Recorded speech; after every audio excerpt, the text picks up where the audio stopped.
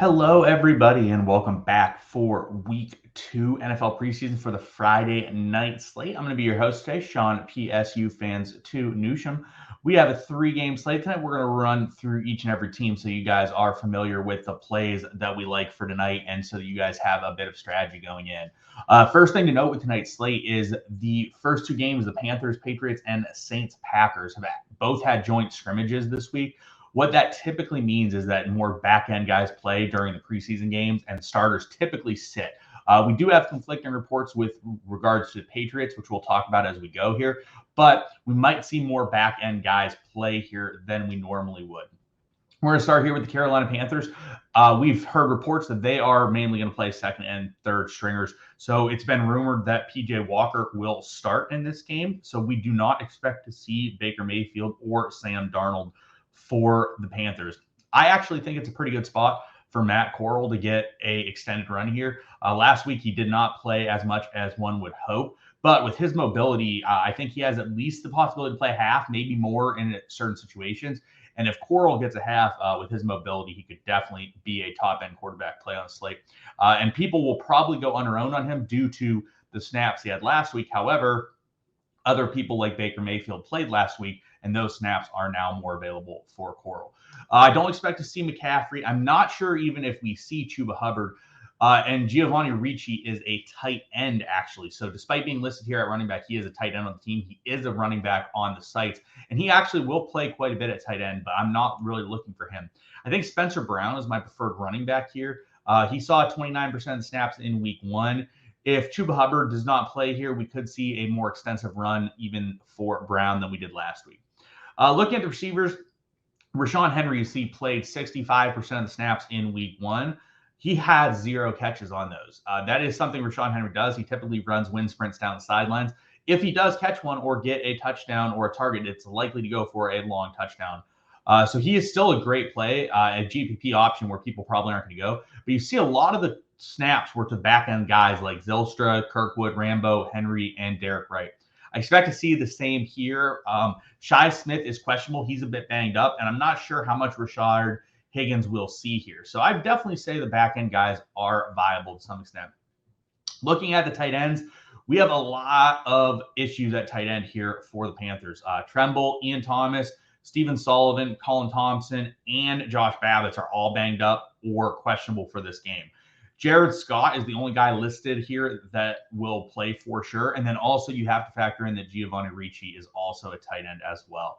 So Jared Scott's a great play. Ricci is an okay play as well due to the fact that he is going to play quite a bit and he could catch the balls. The issue is I don't know if he can really get there at running back to really make things work. However, on FanDuel, he is a tight end. So I think on FanDuel, you need to make sure you keep Giovanni Ricci in your thoughts when making things happen.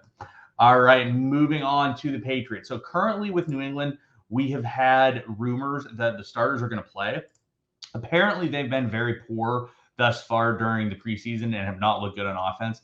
I don't know how much we're going to see the starters play. I still think we see a significant amount of Bailey Zappi, and we don't see tons of Mac Jones or Brian Hoyer. Looking at the running backs, Damian Harris, Ramondre, again, like these guys are expected to play with Ty Montgomery. They did not play much, if at all, in week 1, but we might see a more extended run here for them, which would limit the running backs sort of out of favor for New England. Again, I'm not quite sure that we will see that. So there's still definitely some usage out of Taylor, Strong, and Kevin Harris for me in the back end, guys. Looking at the receivers, so we have Christian Wilkerson got concussed the other day in practice, and they did not play Parker, Myers, Bourne, and Aguilar in week 1. So if they run out the starters for like maybe a quarter, there is still an extensive time frame in which Trey Nixon, Lil Jordan Humphrey, and Josh Hammond will play. I also think Tyquan Thornton maybe can get extended run here if he gets some run in with the starters and then continues with the backups. My three favorite receivers here are sort of Thornton, Nixon, and Humphrey due to week 1. Hammond's still an option, but I think he's a little bit further down the list than them. With the starters expected to start, Jonnu Smith could be an option at tight end. Again, the position is relatively weak heading into tonight's slate. So anyone you can sort of play that maybe could produce any sort of volume at all is an option. So I think Jonnu is definitely an option. Sokol played 82% of snaps in week 1. I don't expect we see that again this week. Aussie is available. He can play. Jonnu Smith is going to play. He did not play in week 1. So I think Sokol is not much of a receiving threat at all. And when you remove a mass volume of snaps for him, it makes him a little bit less valuable. In terms of defense, we won't really talk about defenses tons today because there is 3 games instead of 1. But basically what you're trying to do is attack the weakest perceived quarterback options.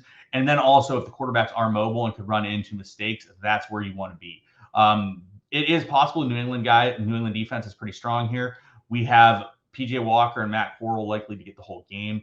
They are probably not as strong of options as some of the other quarterbacks on the slate. And they're also a bit mobile, especially Corral, who could run into some issues. All right, next game we move to is the Saints and the Packers. So Jameis Winston is not expected to play in the preseason week 2. I don't expect much of Andy Dalton. We talked about it last week when they were on the slate. He is an established guy. There's not really much reason to play him. Likely Ian Book is the most used quarterback of the day today. He probably will have a higher snap count than every other quarterback in terms of percentage-wise on the day, I would say. So Ian Book's definitely a top-end quarterback option for tonight's slate. Looking at running backs, we don't expect Kamara and Ingram to play. And Dwayne Washington did play last week and was utilized quite a bit. As you see, it was a pretty even 3 running back workload. So if we remove Dwayne Washington and we sort of disperse, you see that Jones, Abram Smith, and Ozigbo should all get a pretty equal load due to what we saw in week 1. So it's realistic that they all get 30 to 40% of the snaps, which is a pretty solid amount tonight because none of the receiving or running back rooms are that thin. Some receiving rooms are, the running backs are not as much. Looking at the receivers, I don't love the receivers tons. We are a bit deeper here than we will be on some of the other teams. If you want to take a deep end flyer on Kwan Baker or Kirk Merritt or any of the other receivers, you can. The only way that would change is if we get word that Olave, Marquez Callaway, and Traquan Smith are not playing. As of right now, we expect them to play. They did play a pretty decent amount in week 1, and you can totally include them in a GPP run as well. Looking at the tight end position, as you see here, it's very full. There is a lot of tight ends. Yes, some people are a little bit banged up, but I don't love the tight end situation here. You're going to have probably 4 to 5 guys at least eating up some snaps. So it's not really a tight end situation where I would go to. That over to the Green Bay Packers. So we do not expect to see Aaron Rodgers.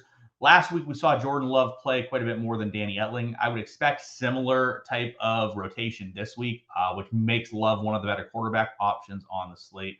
Really wouldn't touch Danny Etling. I don't think he plays enough to really get much value out of him. So the top 3 running backs on the team are not expected to play much. They did sign Dexter Williams just prior to last week, and we did see him eat some back end stuff.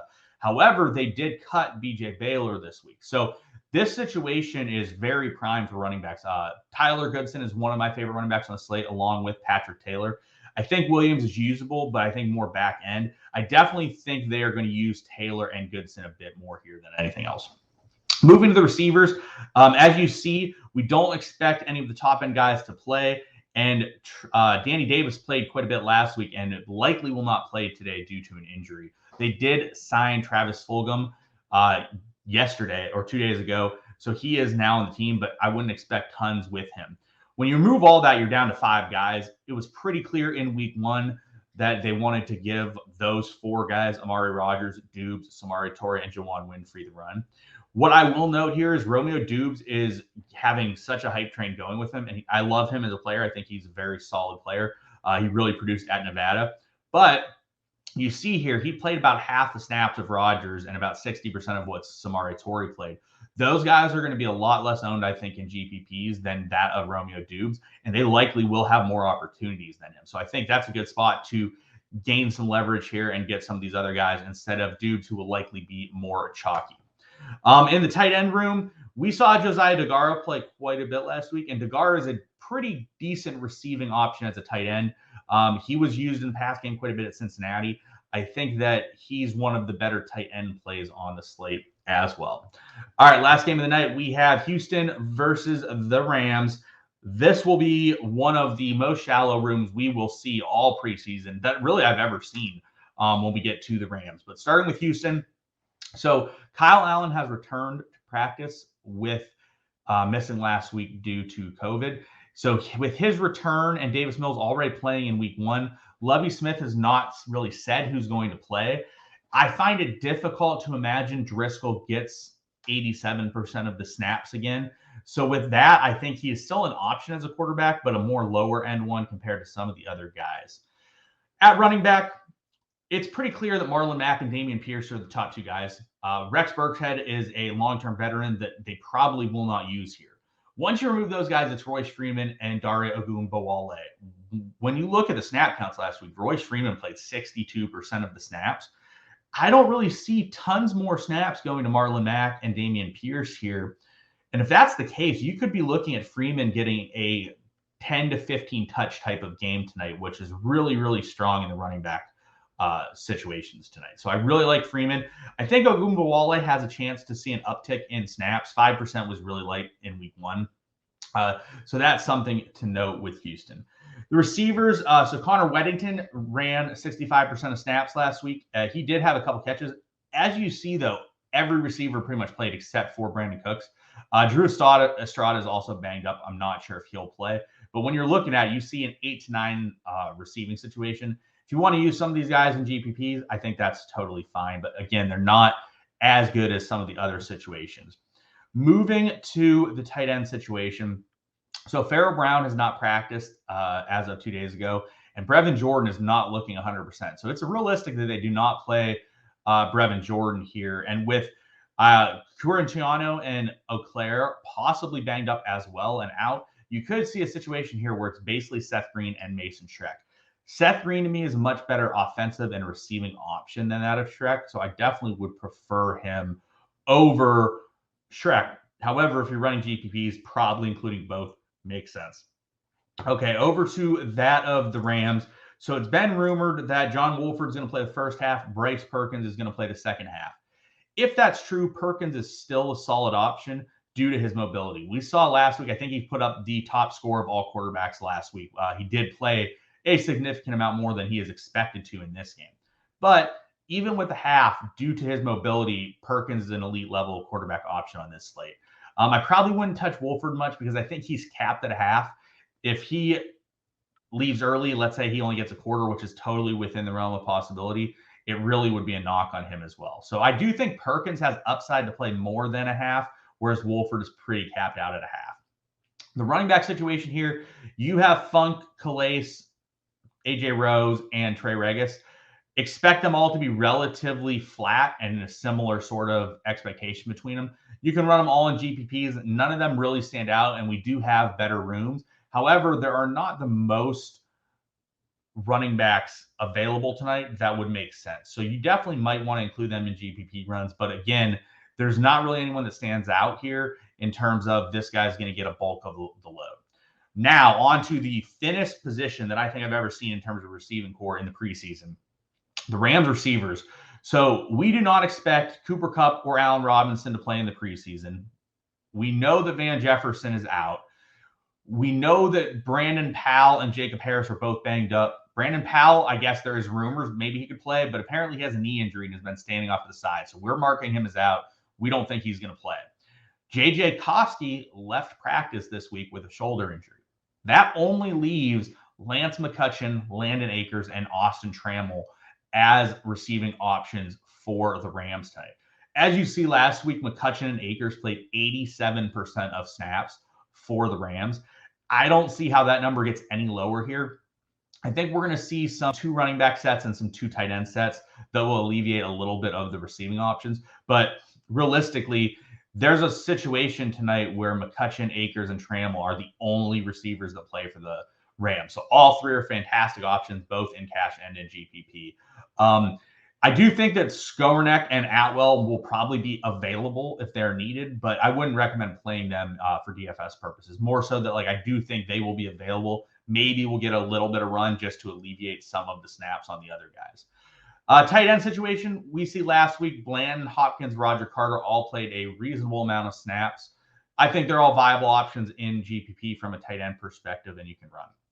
So looking at the overall slate tonight. I think from a quarterback position, I think that Ian Book is the most locked in quarterback for extended room that also does have some mobility. So he's probably the top end. I think Coral and Perkins are great options as well. Probably don't have as much in them as the others. In terms of running backs, I think Spencer Brown is a good GPP play. I think there could be more run into Spencer Brown than we saw last week. And then there's also some other running back situations with thinner rooms that maybe have 3 guys. I think those are the more spots you want to attack than maybe that with 4 guys in the room. Receivers, lots of great GPP plays. The best rooms are definitely the Rams and the Packers. The Patriots could also be that. However, we have heard rumors that they're going to start the starters, which therefore would limit some back-end guys. Those are the 3 best rooms. The other 3 teams are a bit more spread out at receiver. They do have some guys that maybe would be viable, but they're definitely worse than some of the guys that we see in these other teams. Tight ends, I definitely think Seth Green is an option. I think there are a couple rooms that are a bit more thin here than other areas. So I think there's definitely some tight ends to play. No one really stands out. Jonnu Smith, I think, is also an option due to the fact that we expect the Patriots tight ends to start in this game. All right, everyone, that's going to wrap it up for us today. We'll be back tomorrow, I believe, with a live show, so make sure you guys tune in for that. And as always, make sure you guys keep up with all news and notes in the Discord. We will post any inactive news that we see as the day trickles on, so make sure you guys are there. Preseason is all about reacting and making changes based on news. All right, everyone, have a good day. Good luck to everyone tonight. We'll see you guys tomorrow.